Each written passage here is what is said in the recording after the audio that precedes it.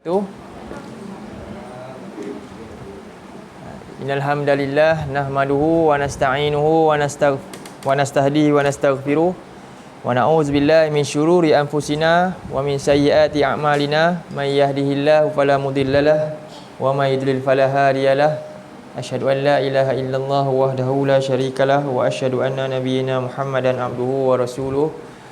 Allahumma salli wa sallim ala nabiyyina Muhammad wa ala alihi wa sahbihi wa man da'a bi da'watihi wa jahada bi jihadihi wa tamassaka bi sunnatihi ila yaumiddin.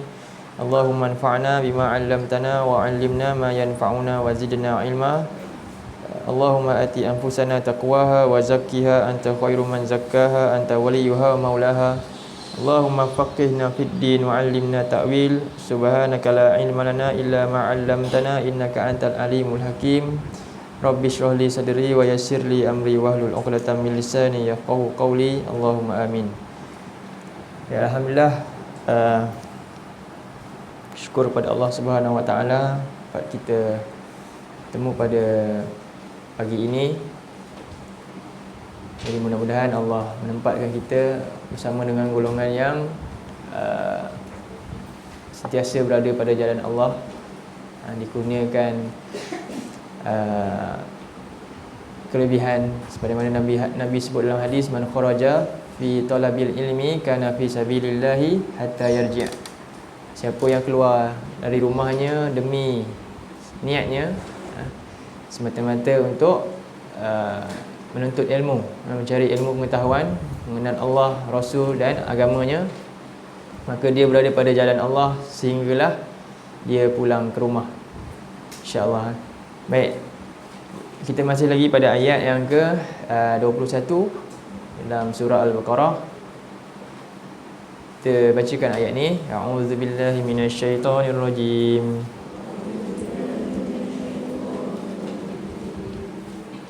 Bismillahirrahmanirrahim.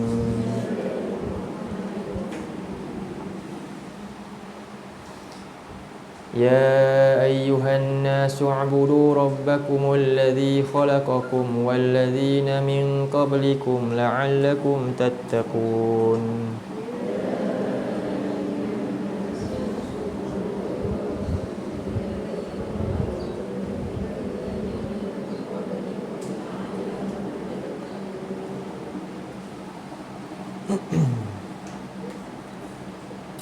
Baik, kita dah terjemahkan ayat ni. Ya ayuhan nas, wahai sekalian manusia, u'budu rabbakum, abdikanlah dirimu kepada Tuhan kamu. Abdikanlah dirimu kepada Tuhan kamu. Siapakah Tuhan kamu itu? Allazi khalaqakum, iaitu yang menciptakan kamu, telah menciptakan kamu. Wallazina min qablikum, demikian juga orang-orang yang telah hidup sebelum kamu. La'allakum tattaqun, supaya kamu bertakwa. Jadi kita dah bincang tentang ya ayuhan nas pada minggu lepas. Jadi apa makna ya ayuhan nas? Jadi ya ayuha ni salah satu cara apa Allah ini memanggil hamba dia dengan penuh penghormatan. Tahiyah juga. Tahiyah ni penghormatan dan juga kasih sayang kepada semua manusia. Jadi ya ayuhan nas ni kita dah apa dia? Bincangkan yang ni ya ayuhan nas ni bahagian ni. Satu ni iaitu tarahum, iaitu kasih.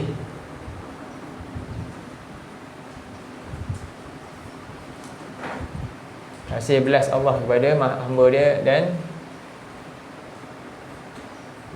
tahiyah, penghormatan lah.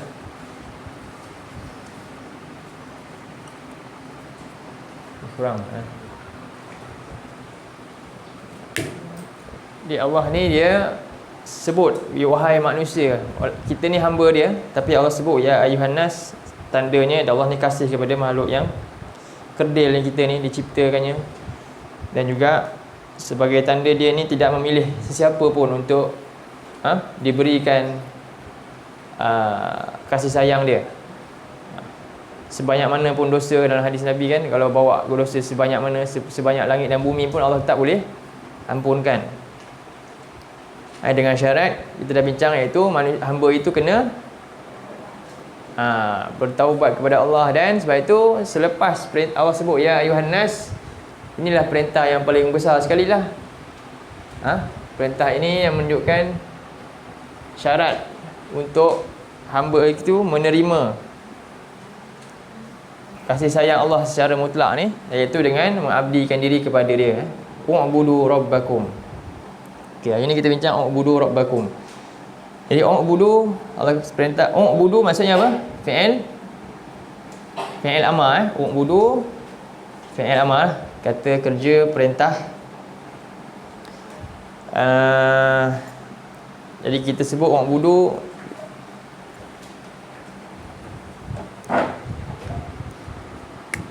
daripada perkataan apa dia? Abada lagi ya'budu, kemudian jadi ibadatan, ataupun juga disebut ubudiyah. Ubudiyatan sudah dia. Orang yang buat kerja ibadah ni seorang, nama dia abid. Kalau ramai, ibadun. Kalau jadi satu masdar dia ni lah, ibadah.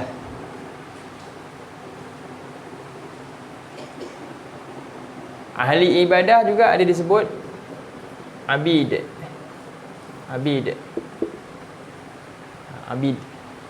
Apa makna ibadah ni?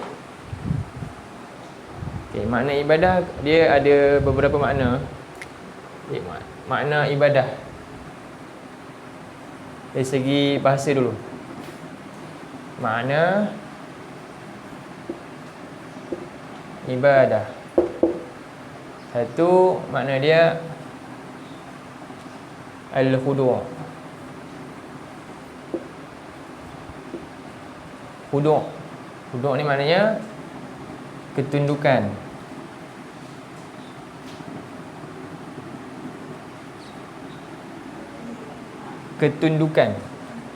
Khudu'.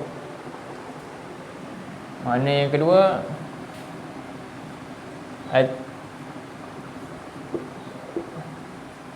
tazlil. Tazlil maksudnya rasa hina ataupun apa nak buat, rasa rendah atau hina.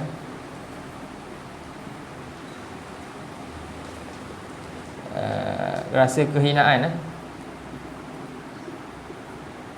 Maksud dia rasa kehinaan. Yang ketiga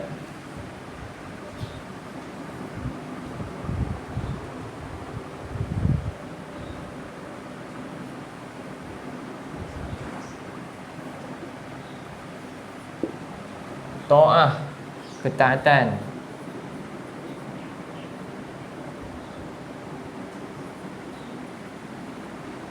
Dan yang keempat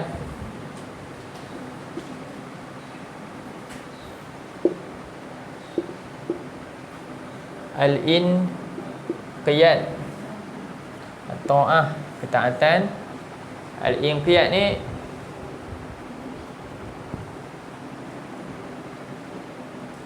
kepatuhan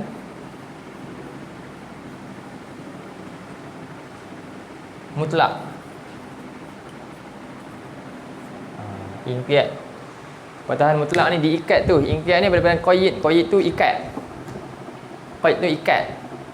Jadi bila dah ikat simpul, dia tak boleh nak lepas dah. Contoh kita tambat apa, kita punya lembu ke kambing ke, ikat terus.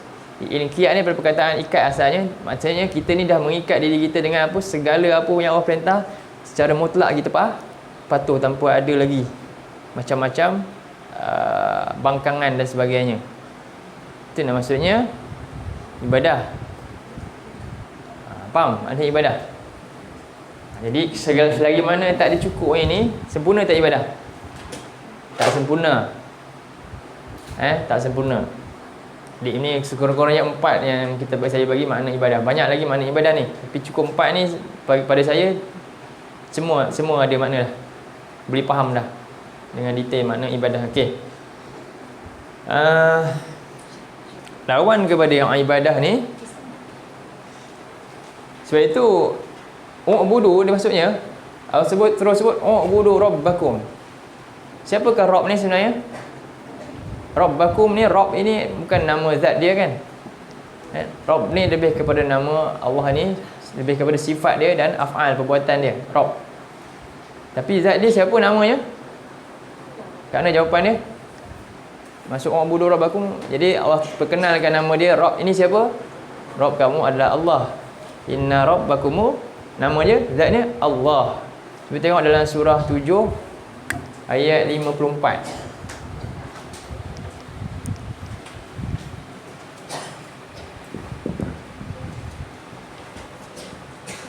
7 ayat 54.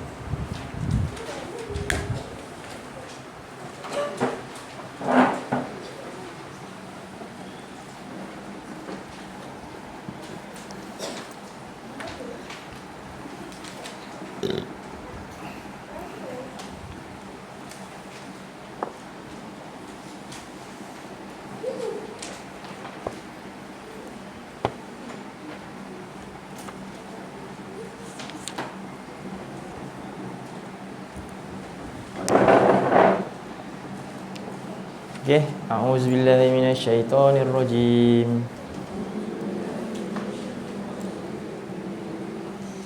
Inna rabbakumullahu alladhi khalaqas samawati wal arda fi 6 ayyam.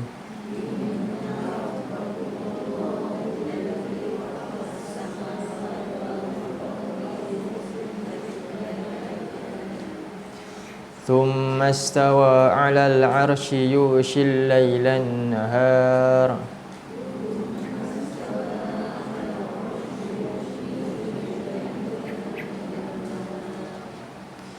يطلبه حثيثا والشمس والقمر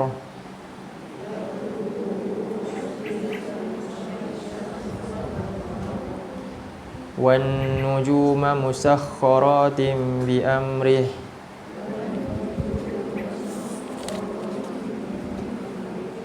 ألا له الخلق والأمر Tabarakallahu Rabbul Alamin.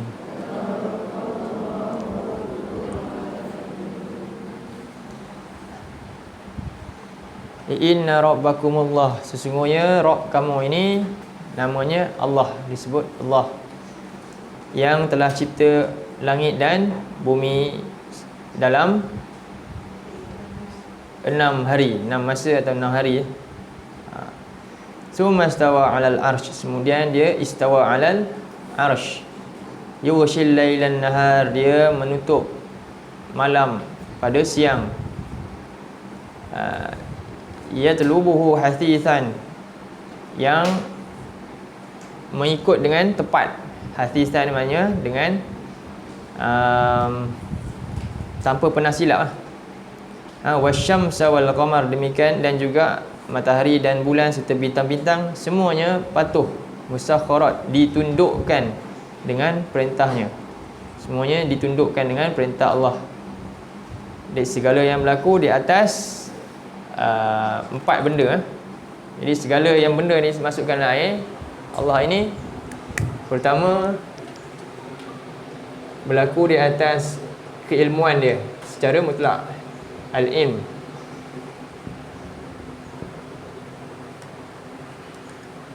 Yang kedua, berlaku di atas Alkitab, ketetapan Allah. Semuanya yang berlaku juga telah tertulis dalam catatan. Maksudnya Allah ni perancang yang maha agung. Contohlah manusia kita ni rancang, contoh nak buat apa? Arkitek nak buat apa? Nak buat bangunan kan? Nak kena buat apa? Ha?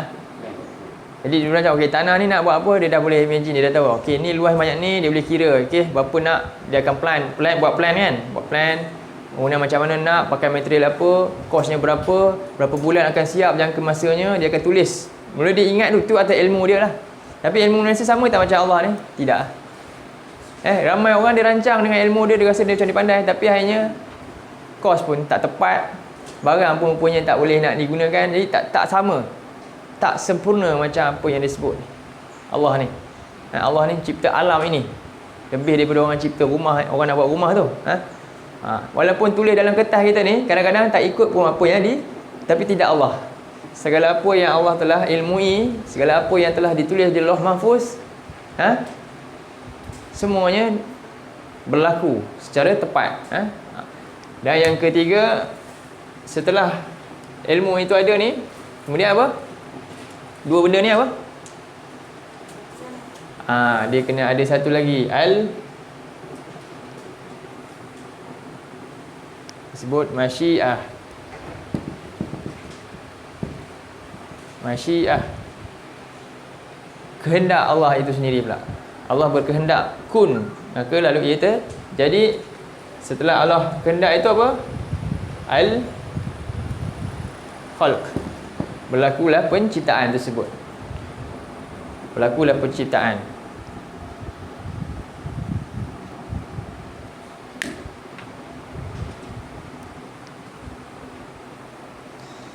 Sebab itu ini kita boleh tengok di dua ni dalam surah 64 ayat 12.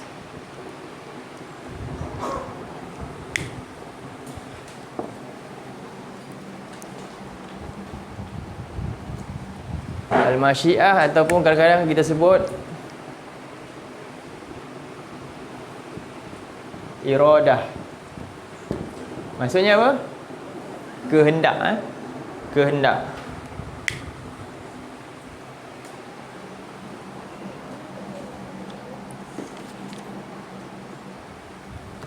Tengok surah 64 ayat 2.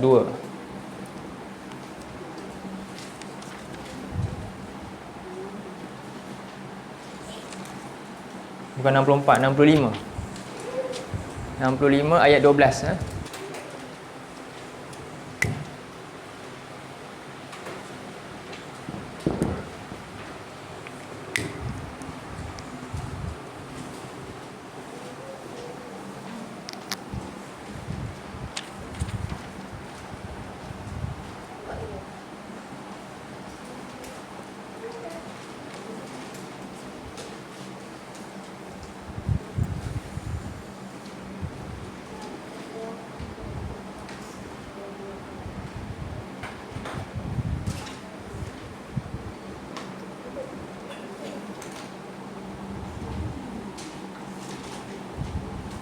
A'udzubillahi minasyaitonirrajim.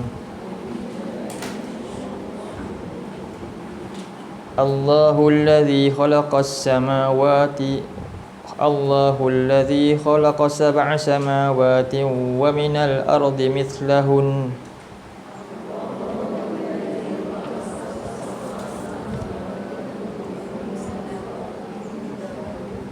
yatanazzalul amru bainahunna lita'lamu anna Allaha ala kulli syai'in qadir.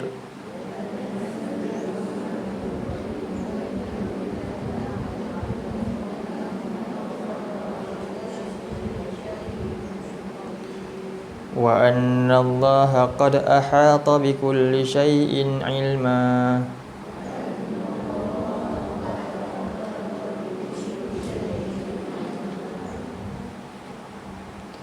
Ya.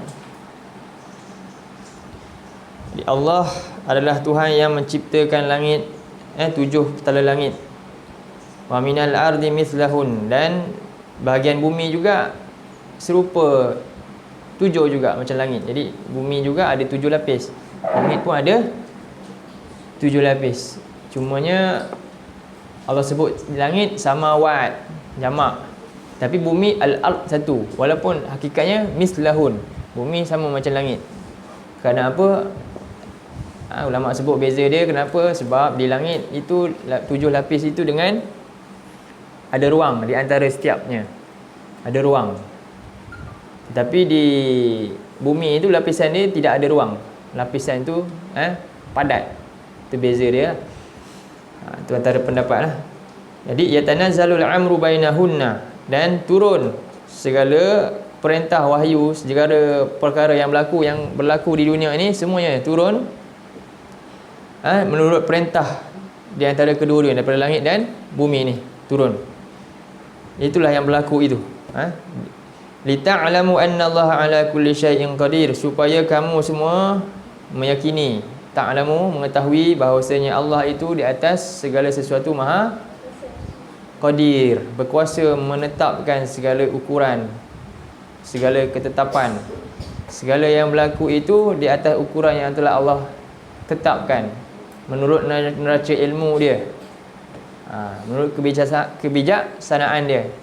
Ini adalah rukun yang ke-6, takdir. Sebab itu bagi manusia ni, bagi orang yang menyalahkan takdir, salah satu yang dia meremehkan apa? Kenapa orang tak beriman takdir ni dia boleh masuk jadi kafir, jadi kufur? Sebab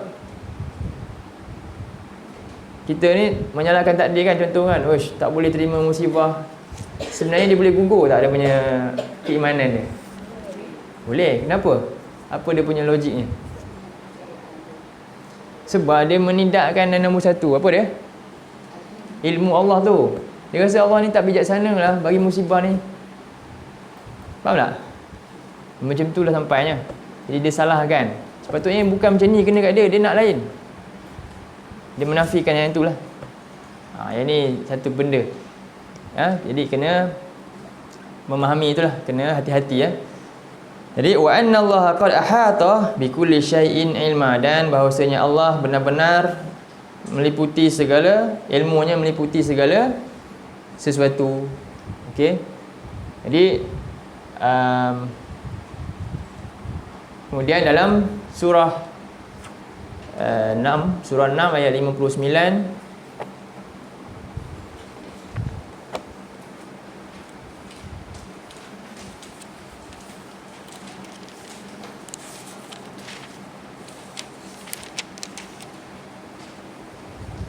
jadi segala yang berlaku di alam ni, dunia ni,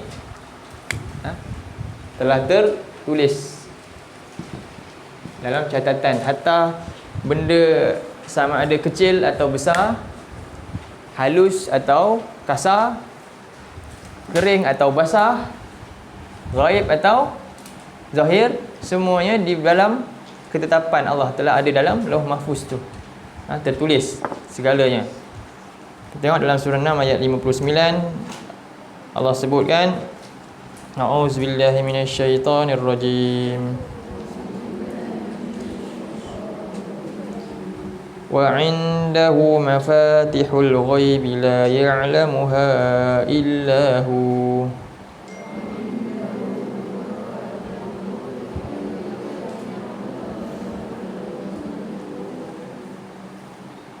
Wa ya'lamu ma fil barri wal bahr.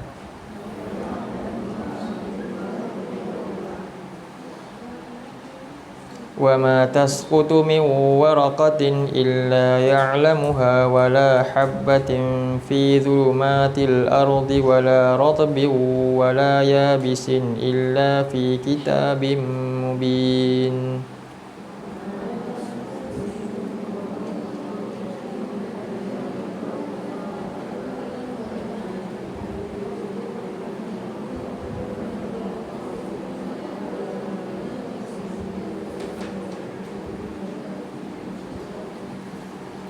Dan di sisi Allah tu, di sisinya mafatihul ghaib, segala kunci-kunci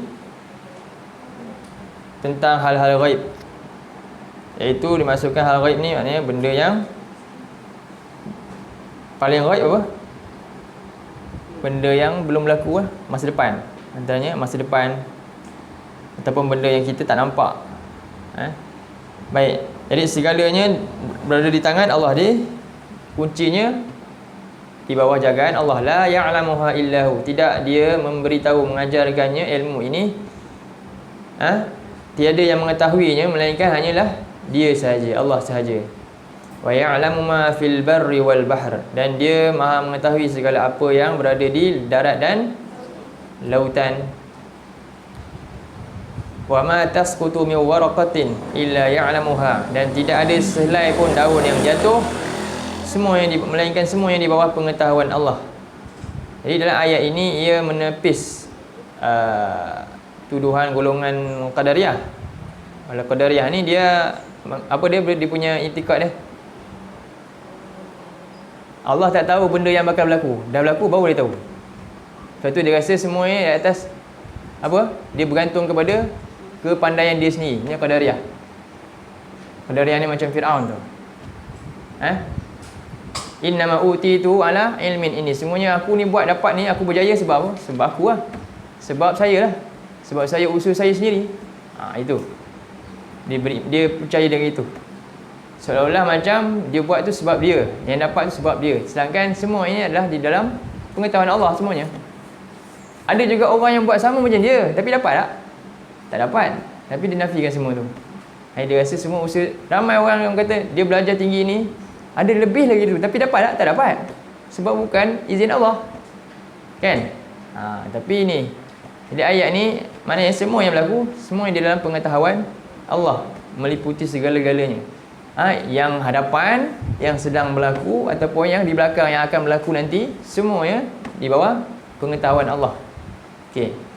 Wala habbatin fi zulumatin. Dan tidak juga Allah cerita, maknanya di dalam ni Allah kata walaupun sehalu-halu benda pun, dan tidaklah sebutir biji yang kecil yang halus dalam kegelapan-kegelapan di bumi.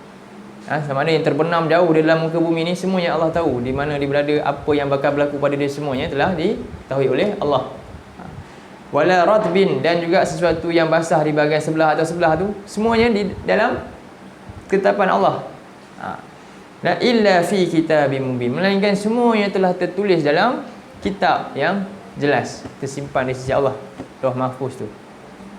Jadi ni perkara yang wajah kita imani sebagai Allah itu sebagai Rabb. Allah itu Rabb. Sebab itu kita tengok lagi dalam surah, contohnya Al-Masyiah, bila Allah berkehendak, Allah hanya perlu buat apa? Kun. Contohnya dalam surah 2 ayat 116. 2:116.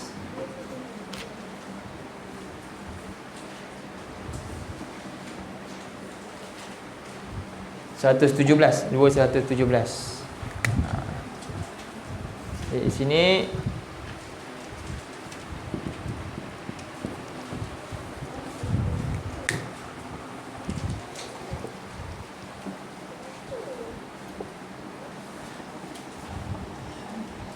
A'udzubillahi minasyaitonirrajim.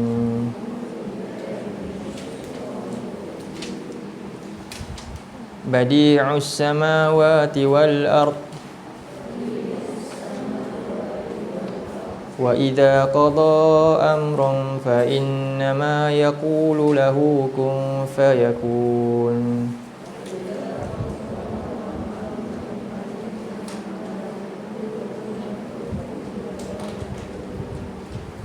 Jadi Badi'u maknanya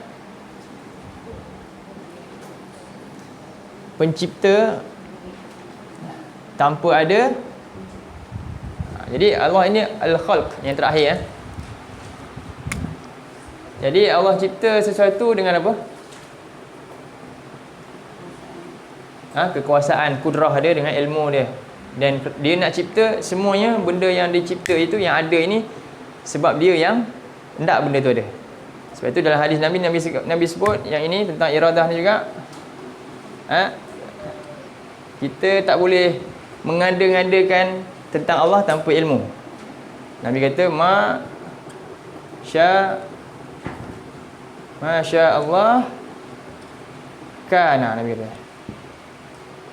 Wa ma lam yasha lam yakun.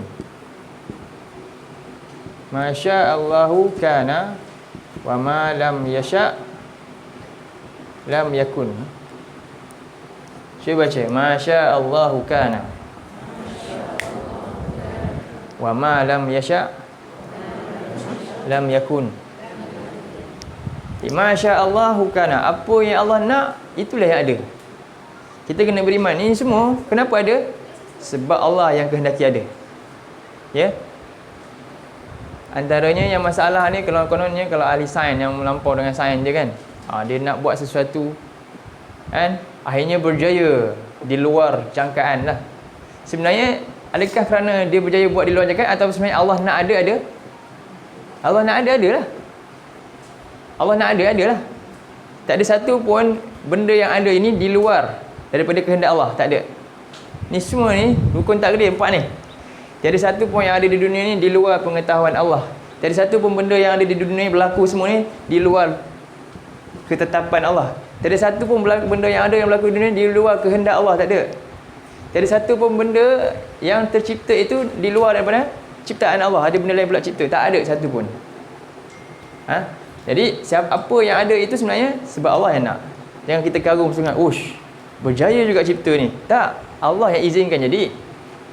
Hebat mana pun, bangunan mana kamu nak bina pun, tamadun mana yang terhebat pun, benda-benda di luar fikiran kita yang akhirnya ada, contohnya ini, sebab apa? Sebab Allah yang izinkan nak. Allah yang kata kun jadi. Sebenarnya kita hanya melalui asbab-asbabnya sahaja. Kita hanya melalui sunnah-sunnah yang dia telah tetapkan. Nak buat roket sampai melepasi atmosfera ni kan, nak keluar ke bulan tu, sebenarnya adakah kerana bijaknya manusia ni? Tidak. Manusia kena lalui apa? Ketetapan yang Allah telah tetapkan, sistem dia tu kan. Dia kena kaji ini macam mana, kena ada bahan api banyak mana. Bila dia lalui itu, Allah kata kun jadilah dia. Itu saja sebenarnya. Jadi wa ma lam yasha lam yakun. Apa yang Allah tak nak ada, dia tak akan ada punya. Apa yang Allah tak nak, Allah tak akan kehendaki, dia tidak akan wujud. Jadi inilah Allah. Nak kenal, inilah Allah. Ini cerita tentang Allah ni siapa ni? Allah cipta ni maksudnya inilah, di bawah ketetapan yang rapi ya. Di dalam ayat ni badi'u maksudnya ciptaan Allah ini, Allah cipta macam mana? Allah cipta macam mana? Kun maksudnya disebut kun maknanya tak perlu bahan, tak ada bahan apa pun, kosong. Kita kalau nak cipta benda kena ada bahan, kena ada mungkin contoh produk baru. Sebenarnya kita mesti ada daripada influencer mana-mana kita nak buat, betul? Mana-mana pun benda kau terbang tu siapa, daripada mana? Hajat daripada mana? Burung juga kan? Mesti ada contoh, mesti ada ni. Allah ni badi'u tu maknanya tanpa ada apa-apa, tanpa ada kos, tanpa ada bahan, tanpa ada contoh. Lagi apa? Tanpa ada keletihan, perlukan gunakan kekuatan, tanpa ada penolong siapa-siapa, tanpa ada semua tu. Faham? Itu apa? Langit dan bumi. Itu maksudnya badi'u samawati wal ard. Langit dan bumi pun yang banyak, yang besar itu Allah cipta tanpa ada semua tu. Tanpa perlukan semua tu. Itu. Sebab itu digunakan badi'u. Badi'u ni, bada'a ni sesuatu yang tak pernah ada. Sebab tu kita sebut kalau amalan yang tak pernah ada disebut bid'ah tu. Bid'ah tu sebab tak ada contoh lah. Pernah dengar? Bada'ah ni asal dia bid'ah. Bada'a ya bid'ah bid'atan. Bid'atun. Bid'ah. Okey? Jadi wa idza qada amran, dan apabila dia qada. Ini antara sebab tu kita sebut qada dan qadar. Kenapa? Beriman kepada qada dan qadar. Kenapa qada? Apa beza qada dan qadar? Ada ulama kata sebenarnya dia sama. Tapi bila disebut lain-lain, dia jadi terpisah. Qadar ni ukuran yang telah ada siap. Jadi qadar dulu. Qadar dulu, kemudian nak menunai qada ni, menunai penunaian tersebut. Berlaku benda tu. Wa idza qada amran, sedangkan benda tu tak boleh dah. Maka berlakulah ia menurut ukuran yang telah ditetapkan tersebut. Wa idza qada amran fa innama yaqulu lahu kun fayakun. Begitu mudah. Allah. Itulah Allah. Jadi maka kamu ini Allah kata ubudu rabbakum. Abdikanlah diri kamu kepada Rabb kamu. Baik. Jadi selayaknya Allah ini tempat manusia ini meletakkan segala rasa kehinaan dia, ketundukan, ketaatan dan kepatuhannya secara mutlak kepada Allah. Jadi ibadah ini dia bermula dengan, kita dah bincang rukun ibadah.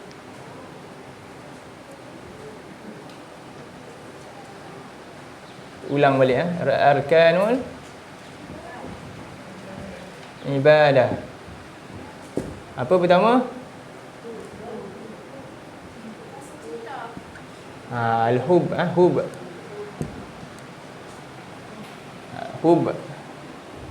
Kedua, khauf. Ketiga, raja.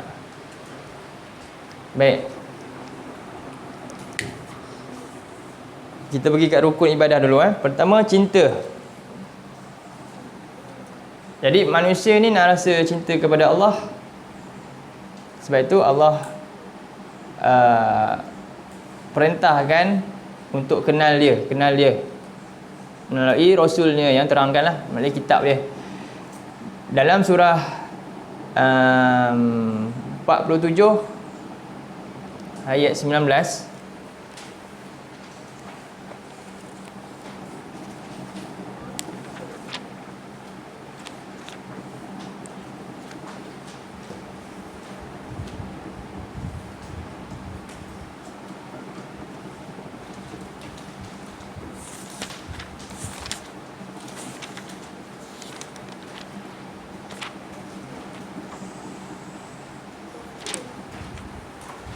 ayat 19.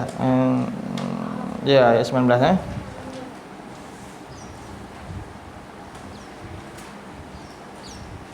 A'udzubillahi minasyaitonirrajim.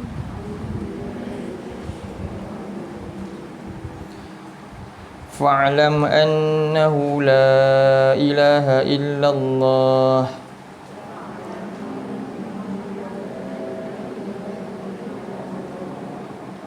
wastaghfir li dhanbika walil mu'minina wal mu'minat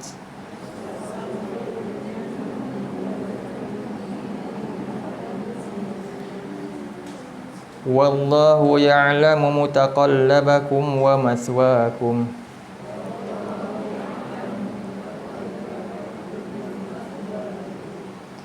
Baik, fa'lam annahu la ilaha illallah.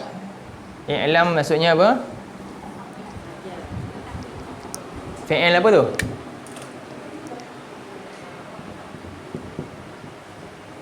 Itu fi'il amal. Kalau perintah i'lam. Jadi itu perintah belajar. Jadi semua sebagai muslim, sebagai orang beriman, dia wajib belajar untuk mengenal Allah itu siapa. Ma'rifatullah ni sebut kita ma'rifatullah.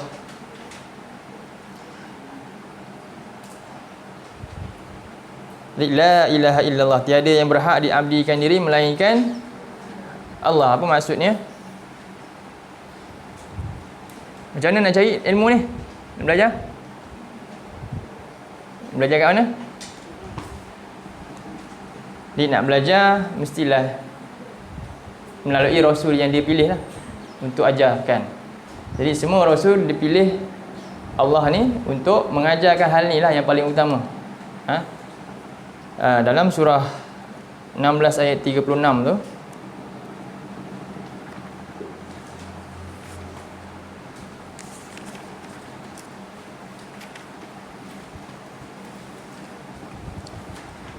Mengakui la ilaha illallah itu sebagaimana dalam surah ni 16 ayat 36.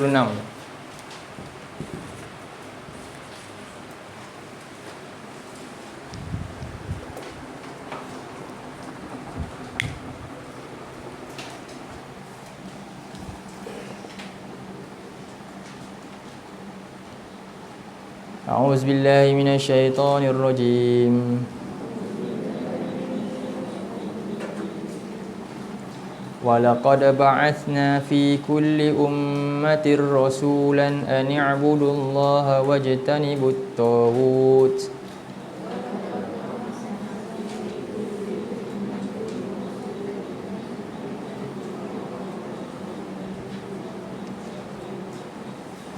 Faminhum man hadallahu wa minhum man haqqat 'alaihi ad-dhalalah.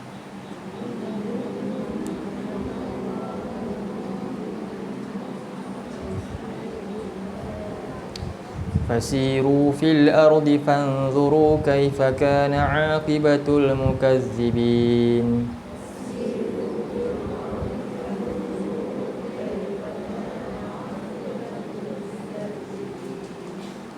Di walaqad ba'atsna fi kulli ummatin, dan di walaqad ni waw tu sebenarnya juga waw tu Allah kata wallahi, demi Allah, benar-benar kami telah utuskan pada setiap umat itu seorang rasul. Jadi setiap umat Allah telah utuskan rasul, seorang rasul yang membawa ajaran tauhid itu, iaitu apa? Ani'budullaha wajtanibut taghut. Hendaklah kamu mengabdikan diri kepada Allah dan jauhi taghut. Hendaklah kamu menjauhi mengabdikan diri kepada Allah wajtanibut taghut. Jadi itulah yang dimaksud la ilaha illallah.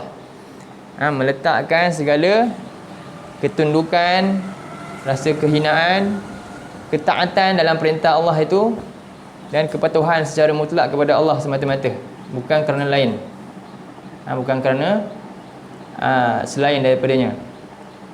Dan juga wajtanibut taghut, menjauhi taghut. Sebab itu dia sebut ibadah, ibadah ni dia ada dua bentuk. Satu, ibadah juga dia ada dua bentuk. Satu al-fi'lu, satu at-tarku. Satu yang perlu dibuat dan satu yang perlu ditinggal, dijauhi atau ditinggalkan. Al-fi'lu dan at-tark. Dia masukkan ibadah itu. Ramai orang sangka dia buat ibadah, tapi dia nampak al-fi'lu saja. Dia solat, dia zakat, siap haji lagi. Tapi sebenarnya ibadah ni mesti dua-dua sekali. Jadi dia hanya buat yang makruf saja, tapi dia tak tinggalkan yang mungkar. Maksiat buat juga. Perkara-perkara ni semua haram pun tetap lakukan. Sama. Jadi tak lengkap makna ibadah yang patut dia sedar. Itu maksud ibadah. Sebab itu dalam ayat ni apa? U'budullah, maksudnya apa? Itu al-fi'lu. Tugas kamu hambakan diri kepada Allah. Belum lengkap lagi. Tanda betul-betul sempurnanya perhambaan itu juga dia buat apa? Ijtanibut taghut. Jauhi segala yang disebut taghut itu. Segala bentuk yang menunjukkan dia tidak taat kepada Allah. Dia tak tinggalkan maksiat, maknanya ketaatan tiada.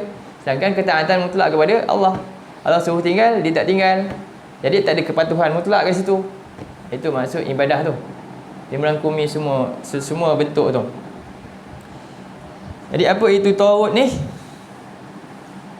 Sebab itu Allah sebut ada manusia dia kata ibadah. Hub itu penting untuk memahami makna ibadah. Cuba tengok dalam surah 2 ayat 165.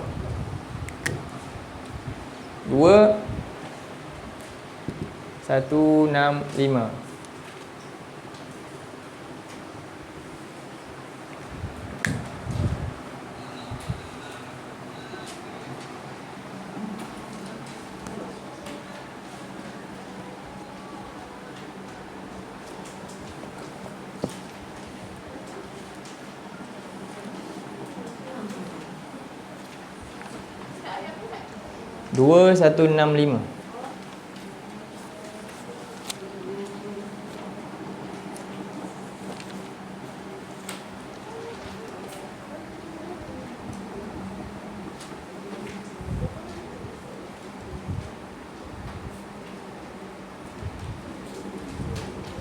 أعوذ بالله من الشيطان الرجيم ومن الناس من يتخذ من دون الله أندادا يحبونهم كحب الله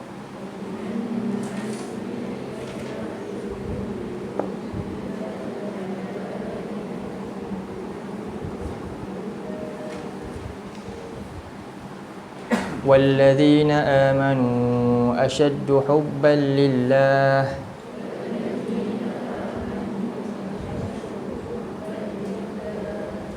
ولو يرى الذين ظلموا إذ يرون العذاب أن القوة لله جميعا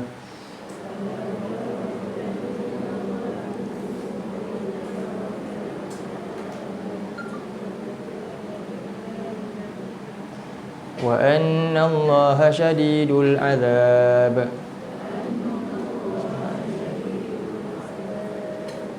Dan ada sebahagian manusia orang yang yattakhidhu min dunillahi andadan, dia menjadikan selain Allah itu sebagai tandingan. Apa dia maksudnya? Tengok balik makna ibadah ni. Dia menjadikan ketundukan dia kepada selain Allah. Allah pun ditunduk, ini pun sama. Sebahagian rasa hina, dia hina ni, ada masa dia rasa hina kepada Allah, ada masa tapi juga kepada yang lain juga. Taat juga sama, dia taat sebahagian daripada yang Allah perintah, tapi dia taat sebahagian daripada yang bukan perintah Allah, yang melanggar apa yang Allah perintahkan. Juga kepatuhan yang sepatutnya diletakkan secara mutlak, tapi tidak, sebahagian dan sebahagian. Ini andadan. Andadan ni, niddan ni maksudnya lawan. Yang ni pun okey juga, yang ni pun okey juga, lawan. Dijadikan lawan. Dan jadi yuhibbunahum kahubbillah. Mereka rukun ini, rukun yang sepatutnya hub ini kerana Allah tadi, tapi tak, mereka cinta Allah juga. Tapi mereka cinta juga yang itu sama macam cinta kepada Allah. Yuhibbunahum kahubbillah.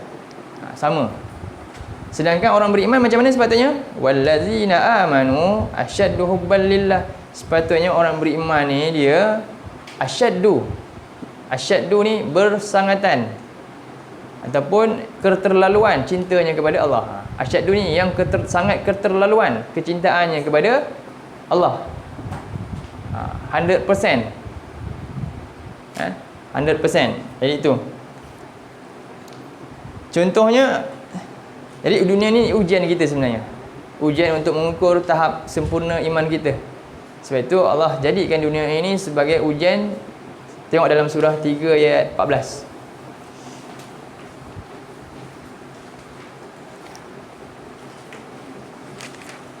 3 ayat 14.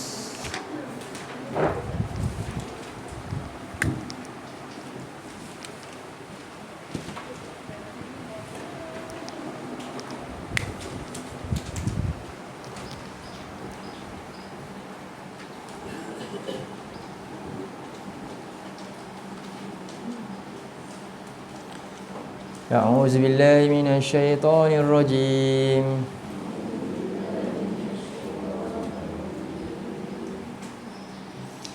Zuyyina lin-nasi hubbus syahawati minan nisa'i wal banina wal qanatiril muqantarati minaz zahabi wal fiddah.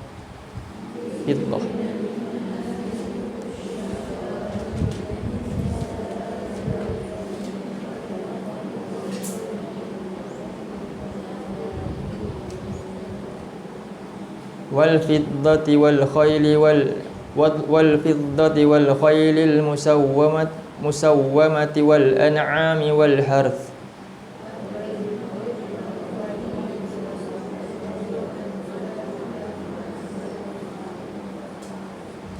Dzalika mata'ul hayatid dunya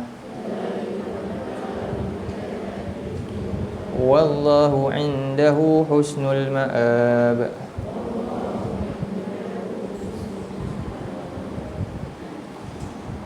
Dihiaskan untuk manusia itu hubus syahwat, rasa hub ni.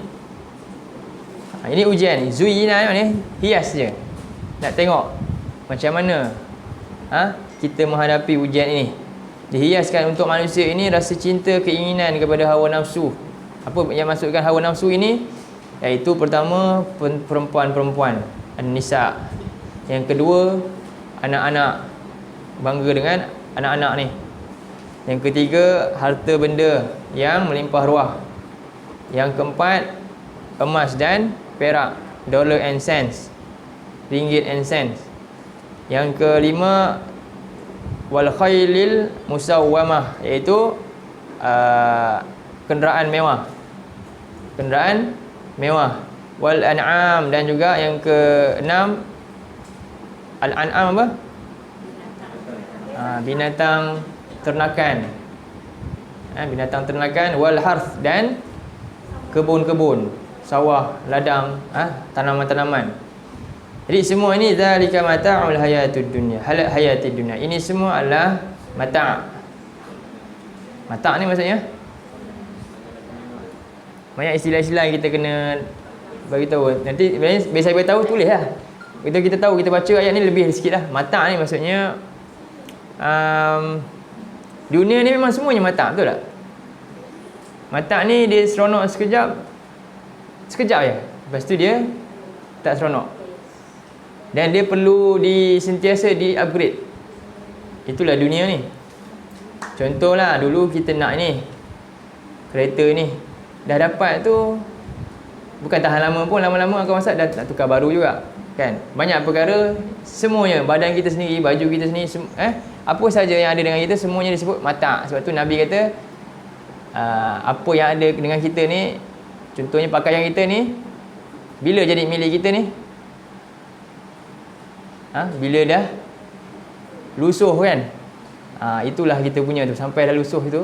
Ataupun harta yang ada kita ni, bila kita punya? Bila kita bagi kat orang, bila kita sedekah, kan? Barulah betul-betul jadi milik kita. Kalau tidak, dia hanya mata'. Mata' ni macam dia jadi najis je, tak ada apa-apa, tak ada nilai. Itulah dunia ni. Tadi sihat dah pakai ni, tapi sakit pula. Sekejap sihat balik, sekejap sakit. Itulah dunia, kan? Jadi dia begitu. Rumah kita ni masa bersih ni tadi, rasa seronok tak? Yang paling mudah itu, bila kita cuci rumah, kan, rumah bau cat, seronok, kan? Cuba lama sikit, anak main sepah sikit, lepas tu macam mana rasa? Itulah mata'. Mata' ni macam tu lah. Besok kena cuci balik, sekejap je, lepas tu sepah balik. Semuanya macam tu dunia ni. Ada tak yang sentiasa okey je?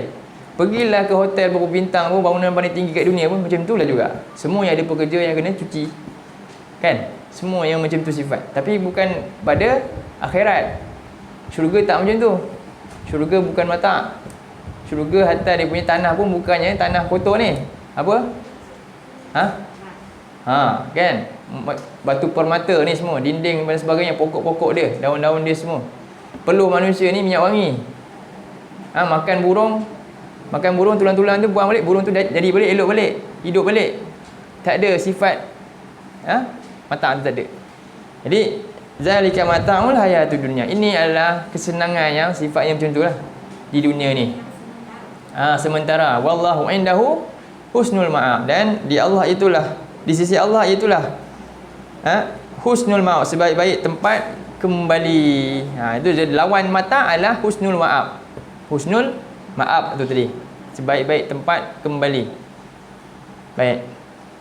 Ini antara, jadi Allah uji kita dengan benda. Sebab tu jawapan dia ini juga dalam surah 9 ayat 24. Kita tengok 9:24. Jadi Allah tanya kepada hamba-hambanya yang beriman.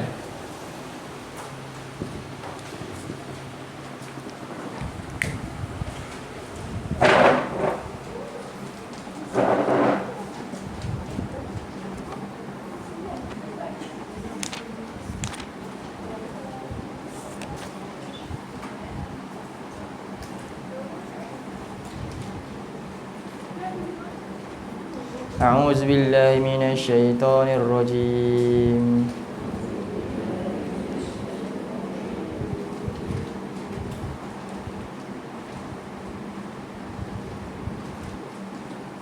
قل إن كان آباؤكم وأبناؤكم وإخوانكم وأزواجكم وعشيرتكم وأموال اقترفتموها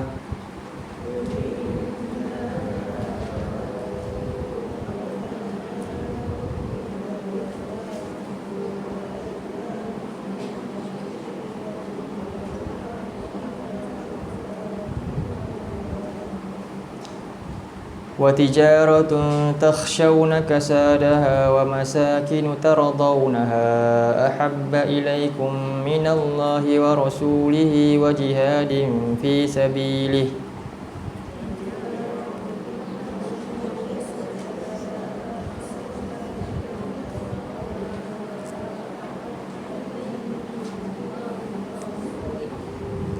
فتربصوا حتى يأتي الله بأمره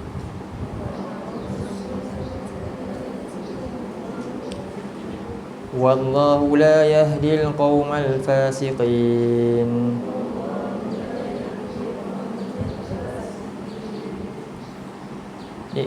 Ucapkanlah jika bapa-bapa kamu 9:24 Dan jika bapa-bapa kamu, anak-anak kamu, saudara-saudara kamu, isteri-isteri kamu, kaum kerabat kamu, harta-harta benda kamu yang kamu telah usahakan sendiri dengan susah payah tadi, dan perniagaan-perniagaan kamu yang kamu bimbang kejatuhannya, dan juga tempat tinggal yang kamu sudah seronok sukai dah, inilah tempat saya, kan? Itu lebih kamu cinta daripada Allah dan Rasulnya. Nampak? Inilah masuk hub tu. Faham dah? Ini semua yang dimasukkan taghut.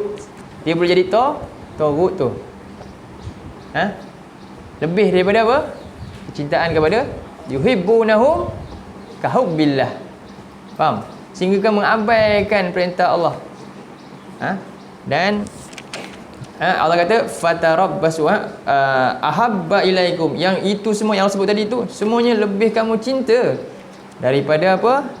Allah dan Rasulnya, daripada akhirat, daripada syurga yang Allah janjikan, husnul ma'ab tadi. Kamu lebih suka mata'ul hayatid dunya daripada wa ma indahu husnul ma'ab. Wa in apa? Kan? Husnul ma'ab, dan sisi Allah itulah sebaik-baik tempat. Allah kata. Jadi, dan juga wajihadin fi sabili, dan berkorban untuk jalan ini. Nampak? 3 benda.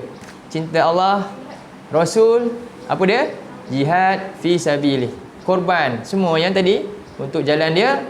Maka apa? Fatarabbasu, maka tunggulah kamu hatta ya'tiyallahu bi amri, sehinggalah Allah menunaikan perintahnya. Itu apa? Apa dia? Apa perintah Allah yang Allah tunaikan? Perintah Allah yang Allah tunaikan, perintah yang kita semua nak lari daripada dia. Apa?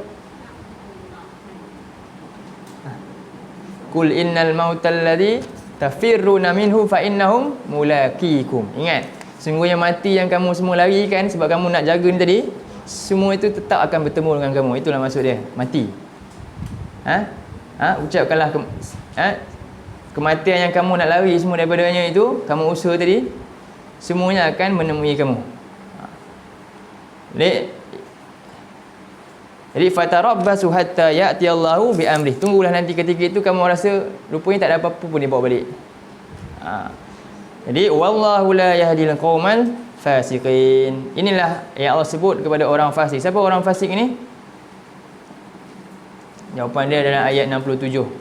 Innal munafiqina humul fasiqun. Orang fasik ni adalah orang yang dia keliru sikit. Dia ada cinta Allah sikit, cinta surah 9 juga ayat 67.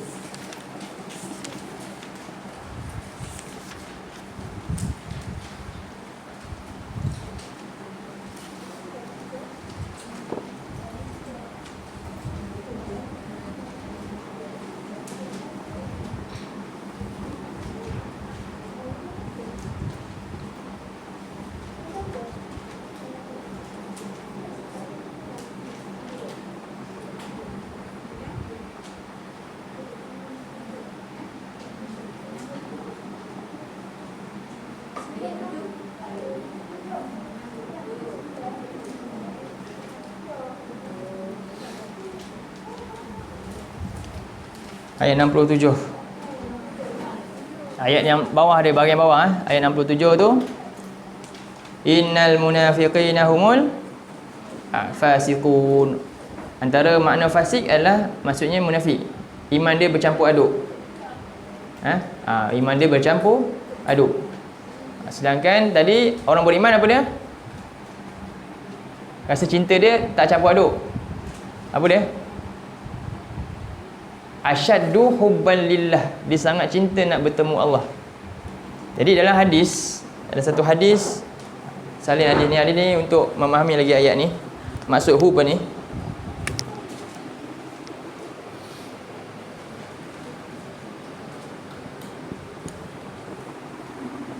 hadis dia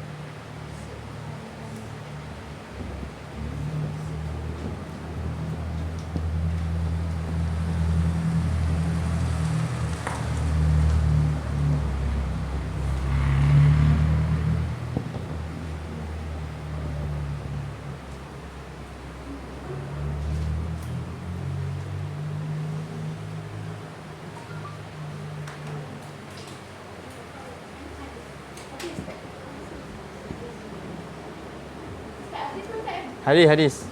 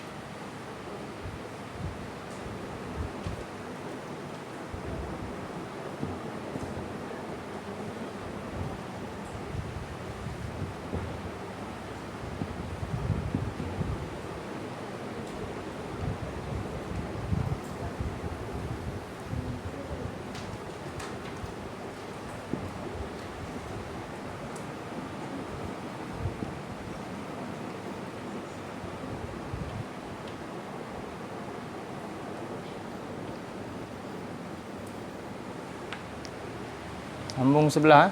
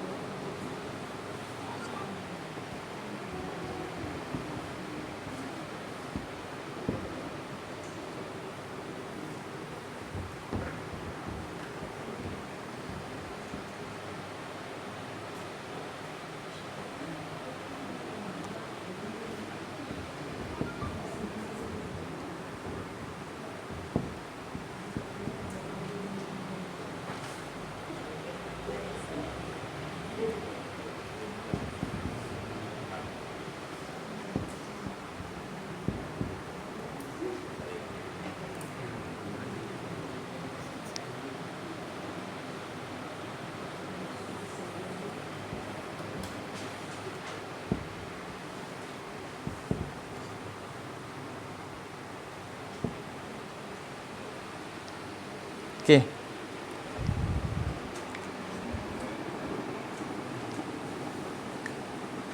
Sambung lagi sikit.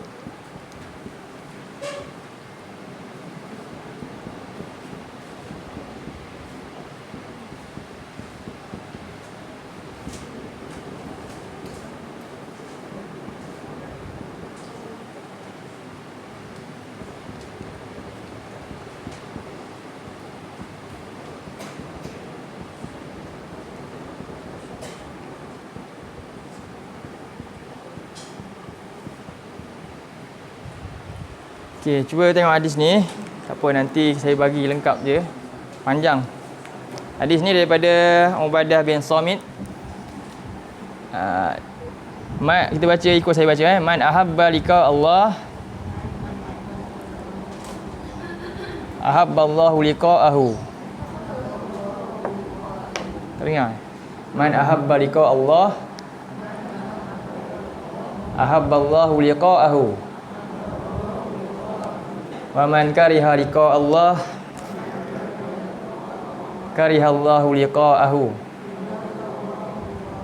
Makna dia, siapa yang cinta untuk bertemu Allah, jadi daripada dunia ni dia tak sabar, dia bercinta nak bertemu Allah, Allah juga cinta untuk bertemu dengan dia. Dan siapa yang benci, tak suka bertemu Allah, dan maka Allah juga benci untuk bertemu dengan dia. Faham tak bila masuk ayat ni? Okay, siapa yang cinta untuk bertemu Allah, Allah juga cinta untuk bertemu dia. Dan siapa yang tak suka, benci bertemu dengan Allah, Allah juga tak suka untuk bertemu dengan dia. Dapat? Okey, sekarang ni kita faham apa makna dia? Cinta apa tu? Nak jumpa Allah kena apa? Mati. Siapa suka mati?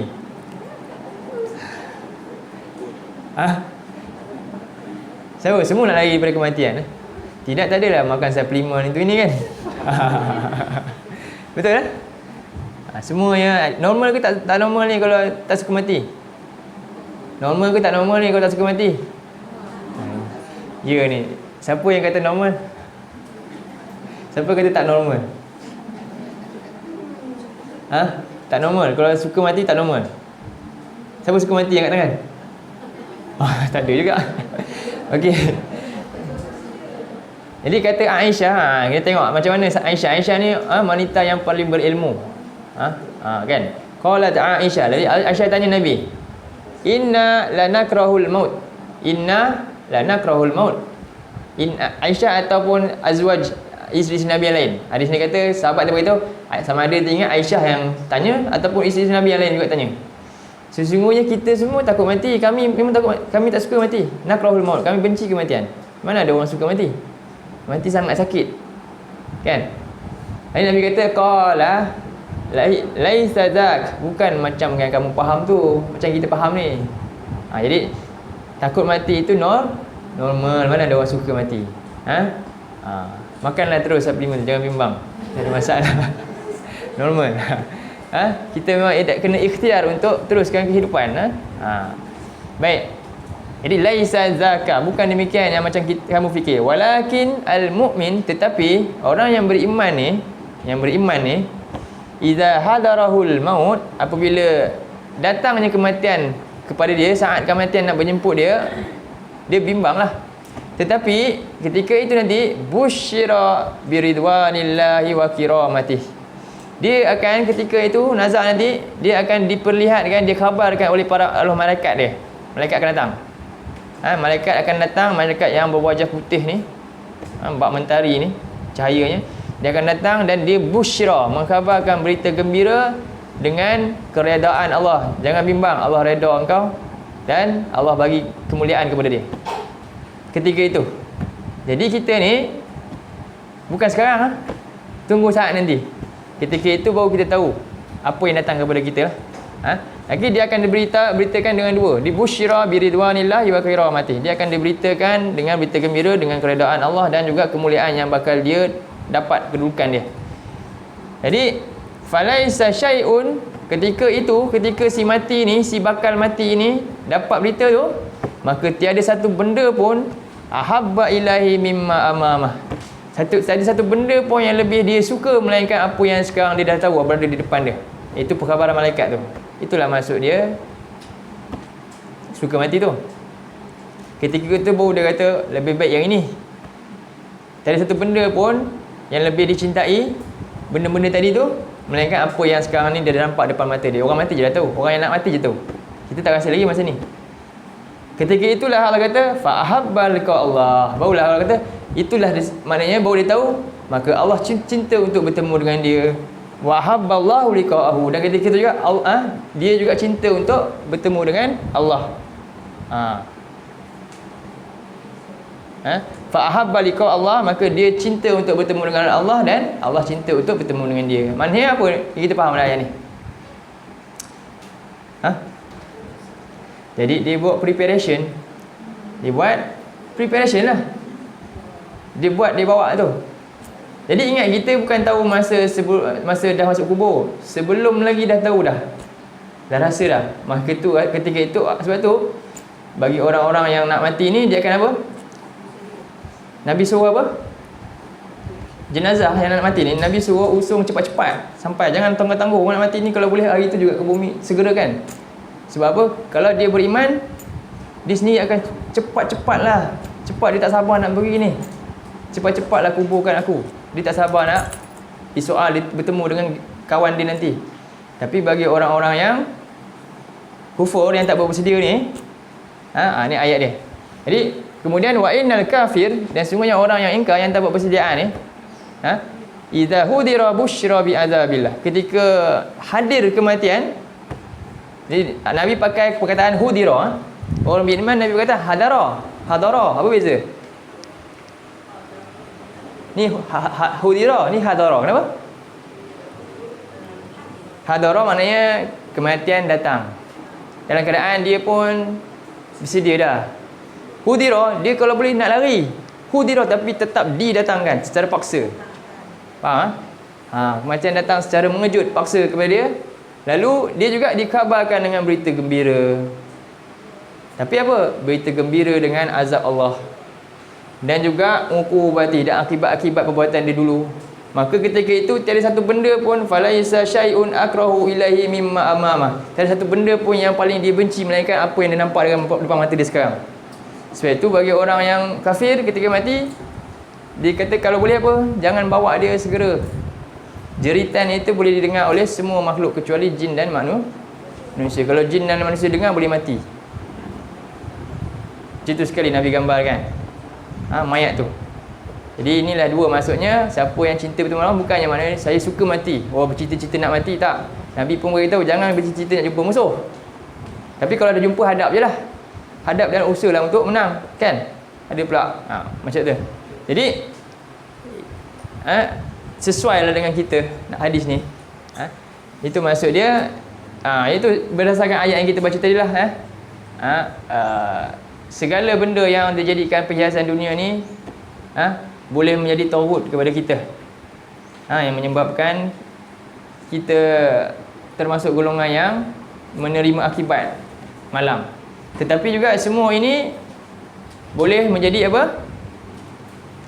Menjadi sebagai, kita kata, pembantu kita, penolong kita untuk dapat keredaan Allah dan kemuliaan Allah ni. Dengan isteri tadi, dengan anak-anak tadi, dengan apa semua itu sebenarnya boleh juga. Boleh dapat menjadikan ia kemuliaan untuk kita jika kita gunakannya untuk apa?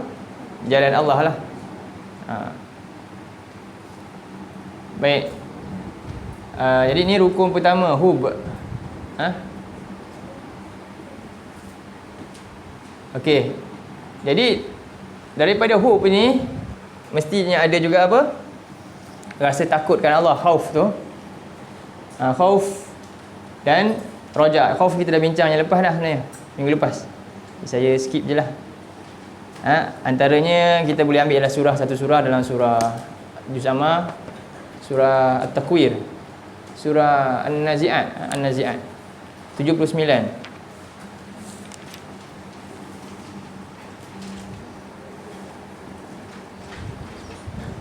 Ayat 40 hingga 41. Khauf ni 79, 40 hingga 41.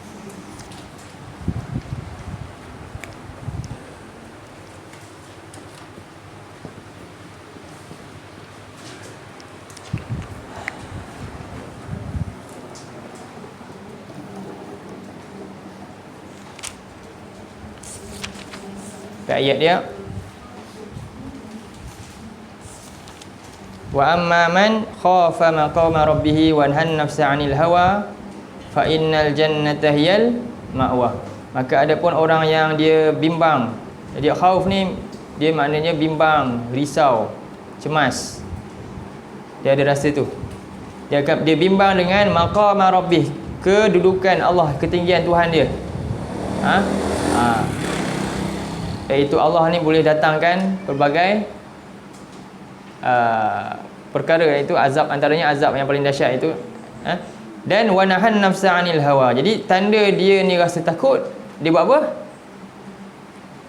Menahan diri daripada ikut hawa nafsu tadi. Zuyina lin-nasi hubbus syahwat tadi, ayat tadi. Jadi dia mesti bila dia ada rasa cinta, dia boleh gunakan semuanya untuk apa? Bukan untuk dunia dia, tapi untuk akhirat dia. Dan dia ada rasa takut juga, dia tak akan gunakan semuanya untuk memenuhi hawa nafsu dia. Wa nahan nafsa 'anil hawa fa innal jannata hiyal ma'wa. Maka sungguhnya syurgalah tempat ma'wa, husnul ma'ab tadi, tempat tinggal dia. Surah 79 ayat 40 hingga 41. 40-41. Seterusnya dalam surah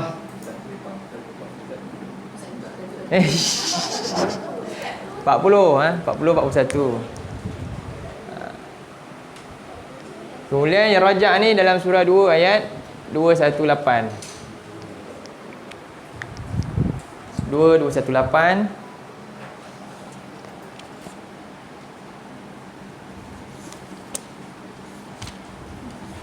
Kalau jumpa lagi ayat yang berkaitan sebenarnya boleh letakkan. Ini ayat yang Quran ni banyak.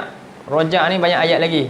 Saya ambil satu yang pada saya merangkumi semua makna dia. Surah 2218.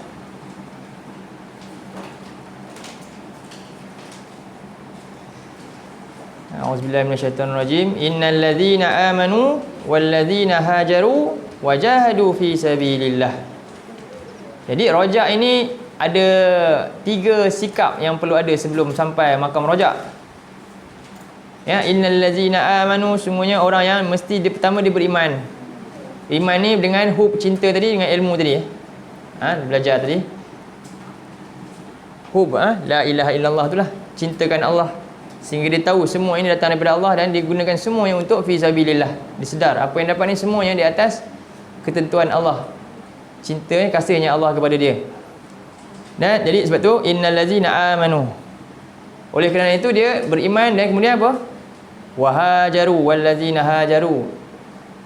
Dia berhijrah daripada darul kufur kepada darus salam.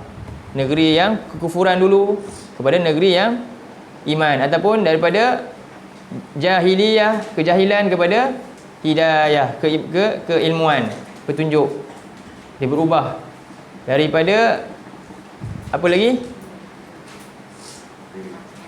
Musyrikin, mensyirikkan Allah dengan macam-macam, kepada muwahhidun, menjadi mentauhidkan Allah semata-mata. Semua amalan ni semuanya untuk Allah. Sebelum ni tak untuk mengutip dunia.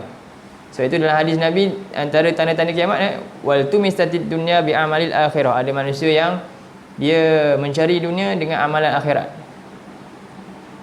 Dia cari dunia dengan amalan akhirat. Ini tanda-tanda akhir zaman juga. Jadi, dan wajahadu fi sabilillah, dan dia berjuang, berjihad, berkorban pada jalan Allah. Ini tiga lah: beriman, berubah, dan berkorban, semuanya untuk fi sabilillah. Maka Allah kata ulaika yarjuna rahmatullah. Mereka itulah orang yang ada rojak itu, rasa mengharapkan apa? Sebab dia tak peduli dah. Dia harap rahmat Allah saja semata-mata. Wallahu ghafurur rahim, dan Allah Maha Pengampun lagi Maha Penyayang. Maka Allah akan ampunkan semua dosa-dosa dia, dan Allah balas cinta itu.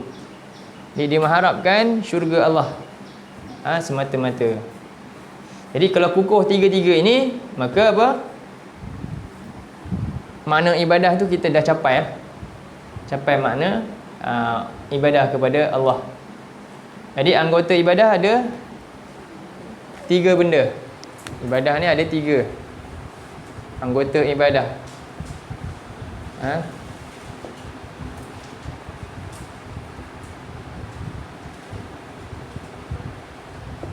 Anggota ibadah ada tiga. Apa dia?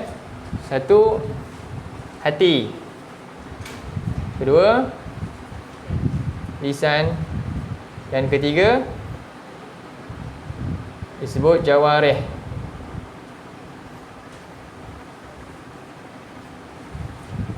Jawarih ni segala anggota tubuh badan di luar. Rongga, segala bentuk rongga kita.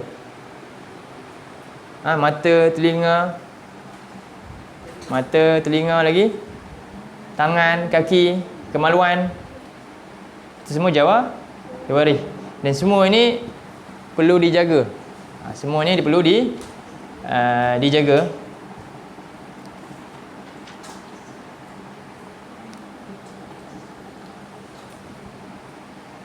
Contohnya nak jaga, pertama kita tengok anggota hati. Apa yang merosakkan ibadah dengan hati? Jadi riak. Pertama riak, tulis riak. Banyak lagi sikit saya ringkaskan. Pertama riak. Ini hati tu rosak. Jadi terima tak ibadah tu? Tak terima. Riak ni syirik, termasuk syirik. Syirik asghar, syirikul asghar. Kita bincang dulu anggota lisan ni. Yang kedua, hati. Apa lagi masalah hati? Pertama riak. Apa maksud riak ni?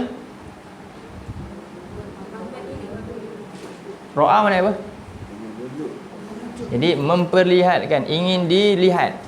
Dan dia memperlihatkan supaya dia ingin dilihat. Faham? Dia nak memperlihatkan apa yang ada pada dia, nikmat yang ada pada dia. Salah tak? Salah tak salah ni kita tak boleh ukur dia. Sebab apa? Hati. Jadi kita tahu kita punya. Sebab tu hati ni yang paling besar sekali.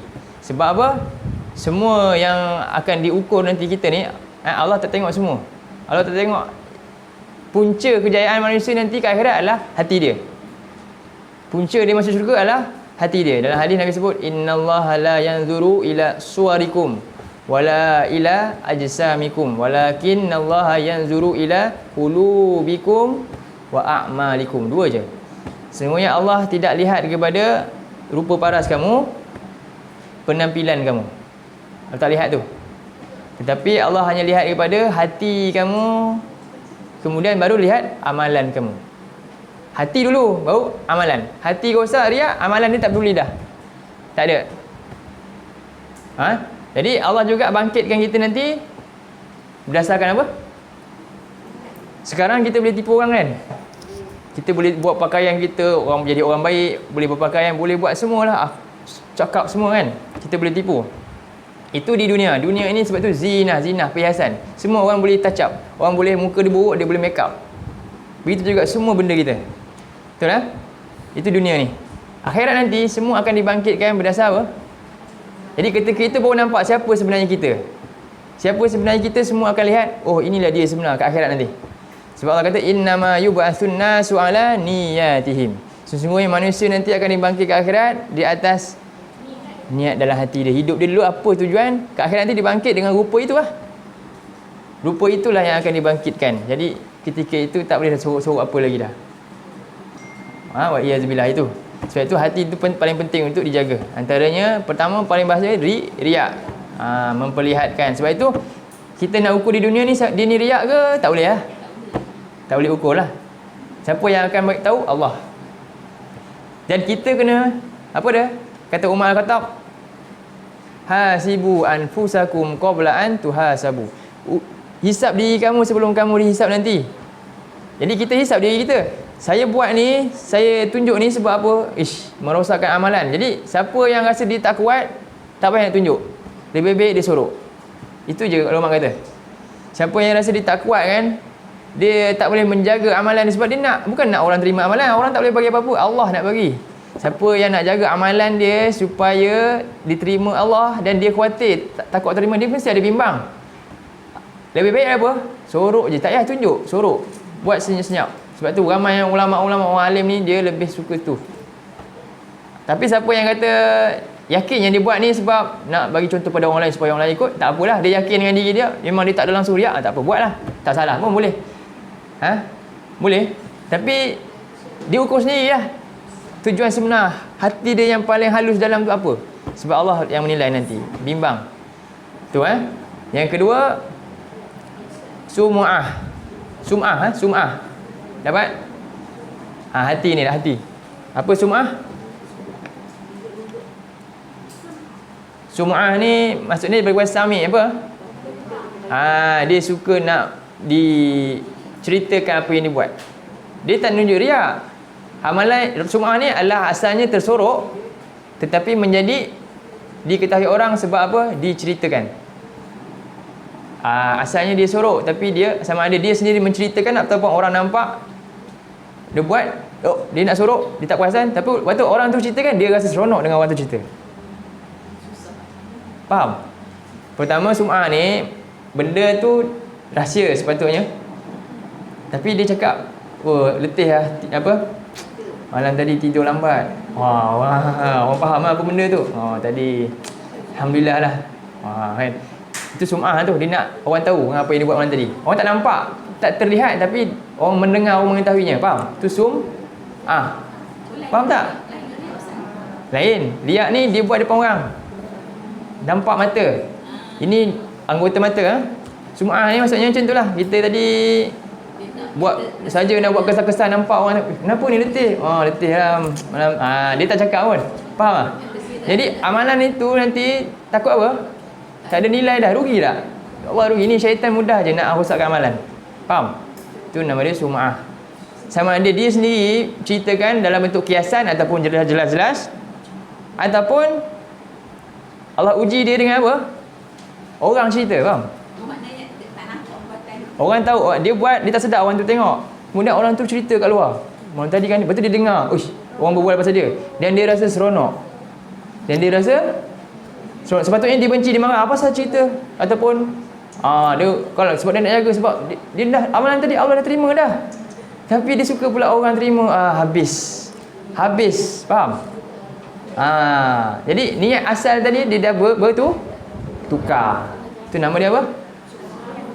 Sum'ah. Jadi Nabi sebut dua-dua ni riak ni antaranya, siapa yang ada sebesar biji sawi pun tak apa, Allah tak terima. Faham? Dia termasuk syirik. Lagi ujub. Jadi hakikatnya ubudiyah dia kepada Allah sempurna. Tak sempurna. Kita duk fikir nampak solat kan, semua. Hati tu tak pernah jaga pun. Sebab inilah yang dikira tu. Faham? Bukannya buat haji 50 kali, tapi semuanya ada masalah hati dalam tu, tak guna. Faham tak? Inilah talbis syaitan tu. Iblis tu macam tu. Jadi yang ketiga, ujub. Ujub ni mana? Merasa diri tu ajaib. Merasa diri ajaib, luar biasa lah. Ujub ni hampir-hampir kepada tadi Qadariyah tu. Dia dapat buat ni sebab atas kepandaian dia sendiri. Merasa diri hebat. Tapi kalau dia beriman dengan 4 ni, dia tahu takdir ni, ini semua yang dia dapat tu atas ilmu Allah, ketetapan Allah, kehendak Allah. Allah yang nak jadi. Ada tak ujub? Tak ada lah. Nak ujub buat apa? Allah yang izinkan jadi. Bukan sebab dia. Nampak tak? Tu penting. Yang ni.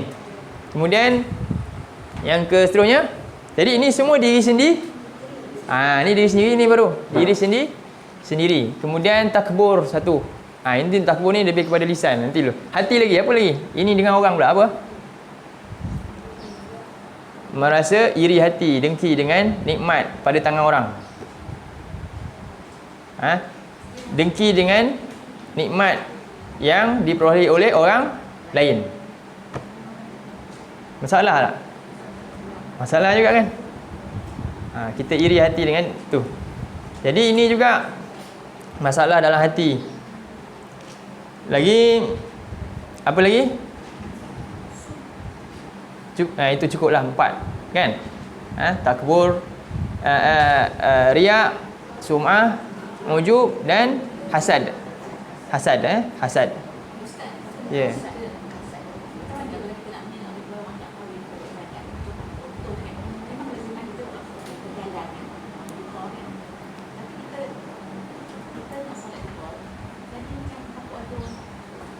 Macam mana? Takut? Nak berwudu. Kalau kita bimbang tu maknanya berjaya lah tu. Kita bimbang orang lihat kita tak suka, rasa benci sangat, itu berjaya lah tu, menangkis daripada rasa riak tu. Yalah, jadi niat tu dah betul lah tu. Cukuplah dengan rasa kita bimbang tak suka, itulah dia yang dikehendaki. Ini masalahnya dilayan. Dia suka. Faham? Dilayan, dia suka. Dan dia riak ni disengajakan. Dan dia suka pula. Itu menjadi masalah pada tu. Benda ni paling susah nak jagalah semua orang. Saya semua sekali kita tak akan mudah-mudah boleh terlepas dari benda ni. Yang penting kita sentiasa rasa bimbang ni. Ini yang penting tu 4-3 ni. Bila dia rasa cinta kat Allah semata-mata tu, dia tak peduli dah. Jadi dia sentiasa benci. Lagi kalau orang tahu pun orang puji, lagi dia tak suka. Sebab tu Umar paling tak suka orang puji dia. Ya? Ya, peranan syaitan antaranya boleh hembuskan dalam hati kita lah rasa-rasa benda tu. Jadi kita apa? Wa nahan nafsa anil hawa. Sebab apa? Dia maqama rabbih. Faham? Dia takut kepada apa dia ayat tadi? Surah ni Khauf tu. Surah 79 ayat 40 tu apa?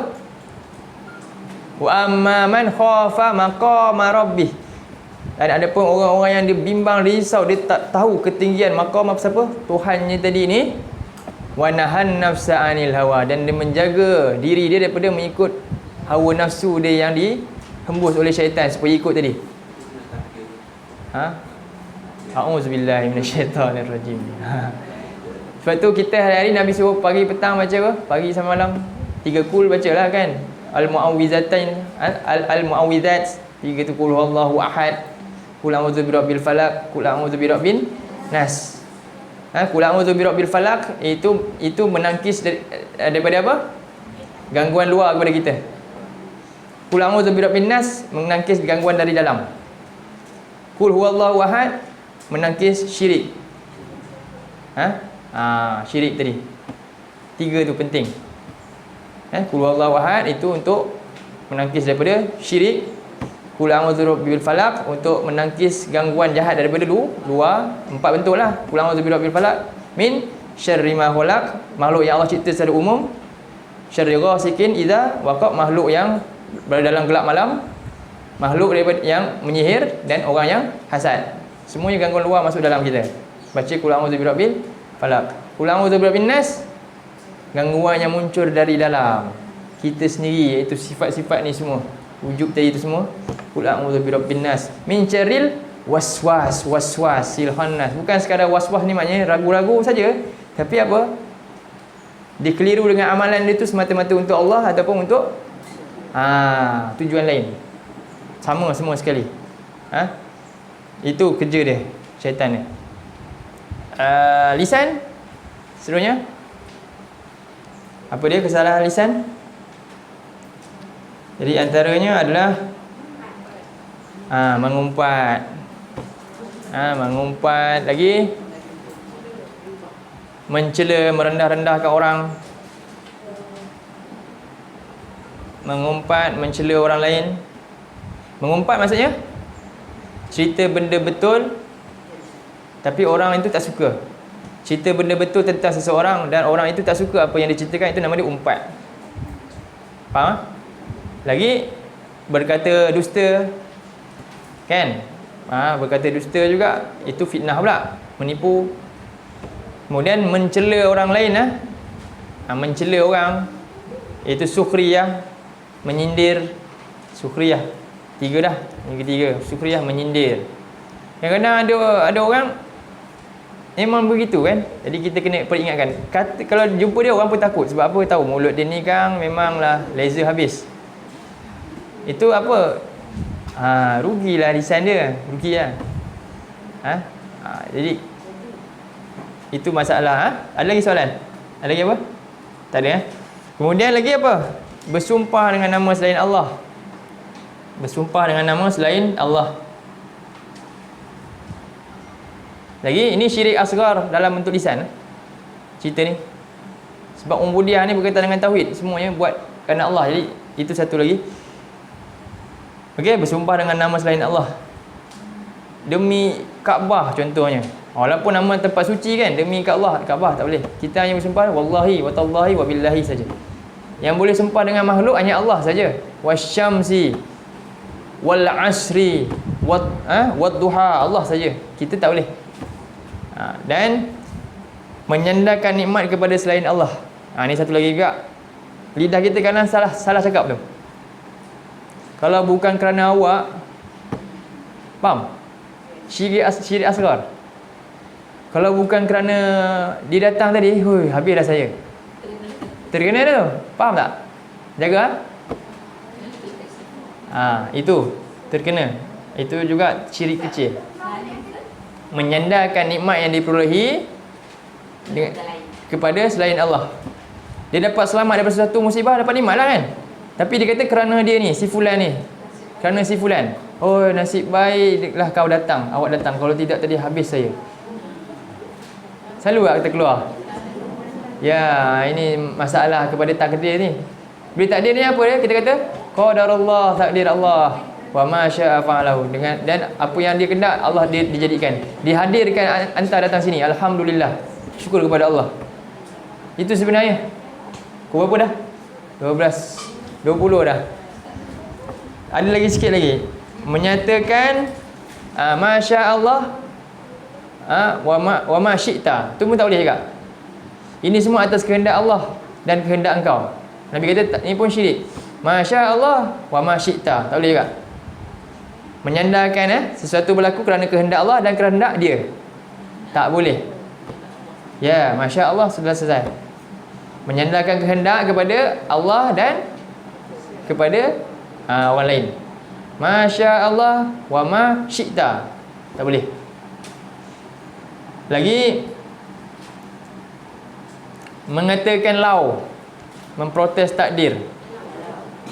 Ni Nabi kata dalam hadis yang panjang, al-mu'minul qawiyyu khairun wa ahabbu ila Allahi minal mu'minin dhaif wa fi kulli khair fa ahris ala ma tantafi'u bihi wasta'in billah wa la ta'jiz fa in asabak syai' fala takul. Dan maka jika musibah menimpamu, Nabi kata fa in asabaka khair syai' fala takul, jika musibah menimpa engkau janganlah engkau cakap lau anni fa'altu kaza wa kaza, kalaulah aku buat ni dulu, kalaulah begini, kalaulah, kenapa Nabi kata walakin kul qadarullah wa ma syaa fa'alah.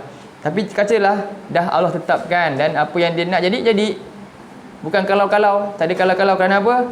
Kerana fa'innal law taftahu amala syaitan. Kerana law ini membuka syubhah untuk syaitan masuk dalam merosakkan hati. Faham? Membuka kepada pintu syaitan. Untuk apa? Manusia itu tidak beriman, kurang iman dengan takdir. Melumpuhkan iman manusia kepada qada dan qadar Allah. Faham? Jadi law ni tak ada. Law tak ada. Kalau sebenarnya tiada. Faham? Elakkan daripada menyebut kalau. Lagi apa? Berkaitan dengan juga selalu kita mencela masa. Uish, dah pukul berapa dah? Macam tu. Mencela masa pun tak boleh. Allah kata apa? Innal yu'azzini ibnu Adam yasubbud dahr. Hamba anak-anak Adam menyakiti aku. Mereka mencela masa, sedangkan aku adalah yang mencipta masa. Masa ni di bawah aku. Kenapa dia cela masa pula? Jadi tak boleh juga cela masa. Kena hati-hati. Ini dosa-dosa lisan. Kemudian mencela angin. Mencela masa. Apa contoh?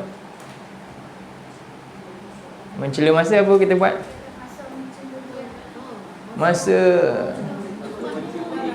Masa mencemburui kita. Jadi kita dah kata itulah kan. Masa sekejapnya kita cela dia, cepatnya. Jadi yalah, itu lisan ni. Nampak remeh-remeh kan? Cuba tak perasan kalau tak belajar. Ni hadis ada. Semua hadis Nabi sebut. Semua berlaku pada zaman Nabi pun sahabat. Sebab tu Nabi keluar hadis ni. Apatah lagi kita yang lemah ni, saya kata hati-hati. Faham? Jangan cela masa mencemburui kita. Sebab tu kata Imam Syafi'i manusia meletakkan aib pada masa. Tahu? Manusia meletakkan aib pada masa, sedangkan dirinya sendiri penuh dengan aib. Kita yang aib, kita yang tak hargai masa. Kenapa nak salahkan masa? Contohnya. Ya.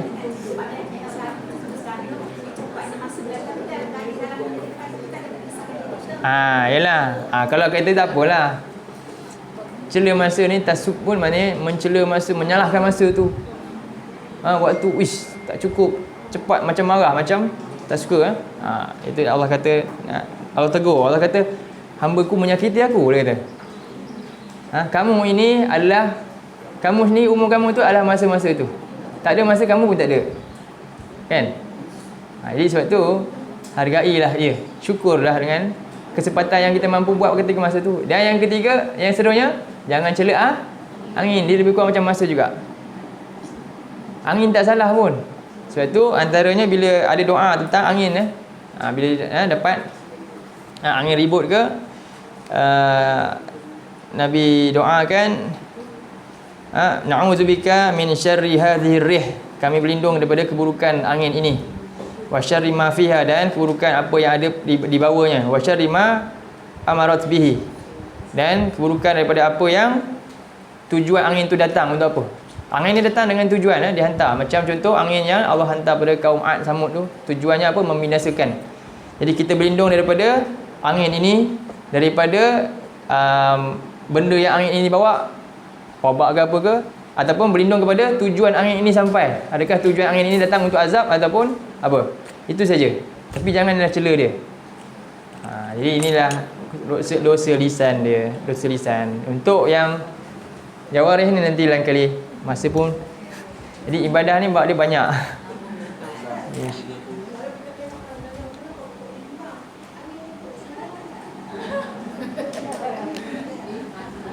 Apa jawapan dia?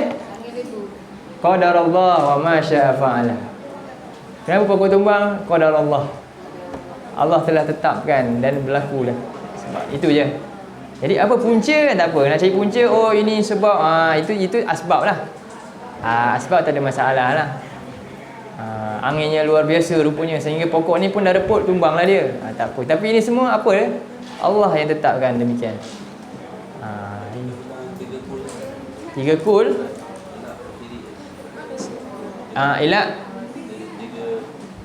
Tiga kul. Pertama, kul huwallahu ahad, untuk apa?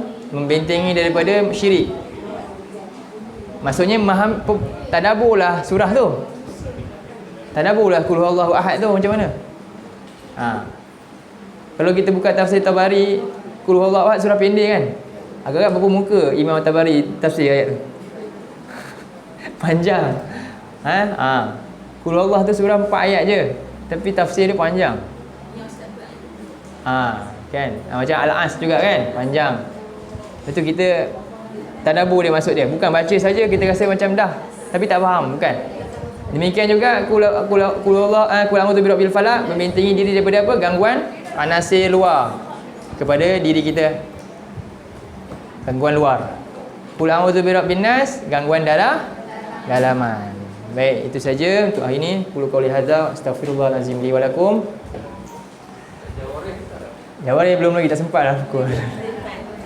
Nanti kita sambung lagi. Ini syirik kecil lah. Nanti kita masuk besar punya. Ya? InsyaAllah. Jadi kita dah tahu dah syirik kecil tentang hati dan lisan. Hati ni ada juga nanti yang besar punya. Akbar ini langsung tak diampunkan dan akan terus kekal dalam neraka Allah. Ini termasuk kecil ni bolehlah diampunkan kalau Allah izinkan. Ataupun dia termasuk dosa-dosa yang sangat besar. Kabairul isim, dosa besar. Sebab tu kita nampak, orang berzina dosa besar, kita duduk nampak situ je. Yang kita buat ni rasa kecil je.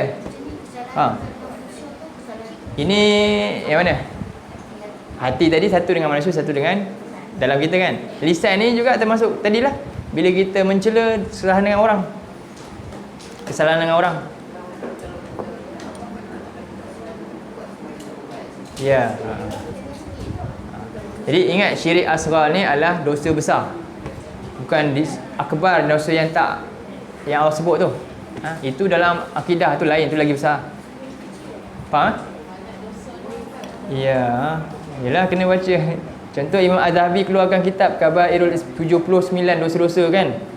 Itu. Dan daripada itu ada cabang lagi dalam dosa-dosa itu, yang macam jenisnya macam mana. Banyak dosa-dosa yang kita kena tahu. Macam mana kita nak tahu itu dosa kalau kita tak belajar tentang dosa? Kita dah buat je, tapi sebab tu akhirnya manusia tak akhirnya buat yang mana? Sebab dia tak belajar tentang dosa. Jadi dia buat ibadah, dia nampak ibadah yang ini je. Dia duduk puluh buat, tapi dia tak tinggalkan pun benda yang menyebabkan ibadah dia batal. Ibadah dia sia-sia. Faham?